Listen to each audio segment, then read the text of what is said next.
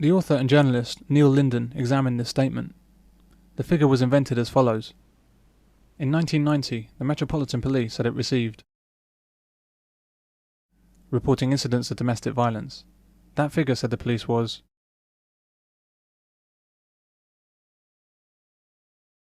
they took figures from 2 poverty-stricken boroughs, and poverty is one of the major causes of domestic violence, and extrapolated those figures across the whole of London.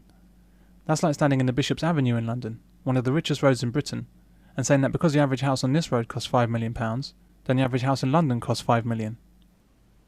In 2005, the London Borough of Camden had 22 murders, but Kensington and Chelsea had only 4. Would the police choose to extrapolate the Camden figures across London and state that about 22 murders occur in each borough every year?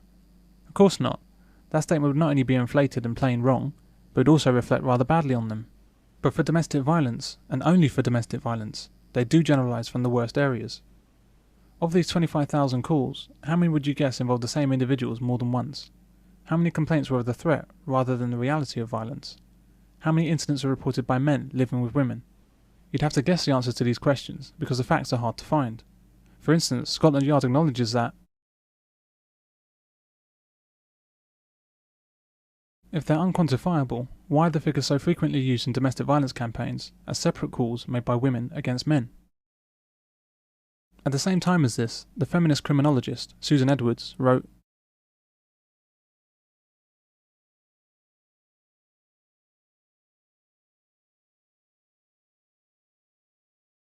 this woman had taken a police figure and more than doubled it.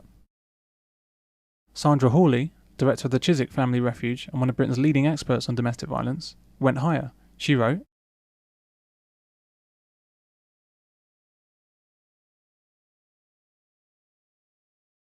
so Hawley saw fit to double Susan Edwards' figure, which was double the police figure, which was itself a poor guess.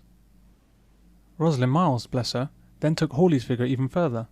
In her book, The Rights of Man, published in 1991, she wrote,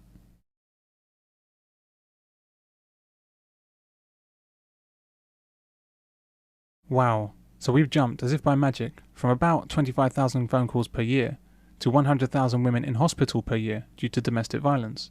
In London alone. That is some feat of Chinese whispers. So where do these massive hospital treatment figures come from? When Rosalind Miles was telephoned by Neil Linden to ask where she got the figure from, she said at first that she couldn't remember, and when she was asked to comment on the discrepancy between her figure and those from the Home Office, she terminated the interview because these figures are groundless, yet they're published anyway, like this one from Haringey's People magazine.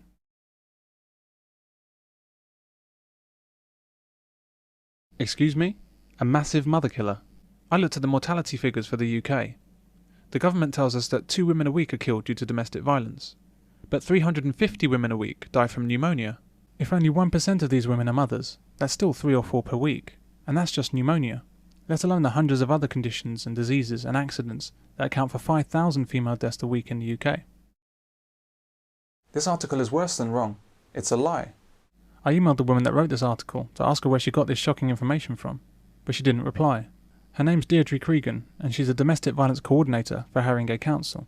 There's no possible justification for a domestic violence coordinator in Haringey, or anywhere else for that matter. It's a position conjured from false statistics and has no actual value.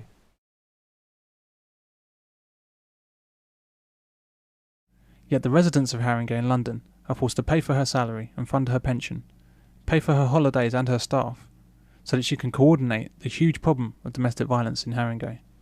A huge problem that doesn't actually exist.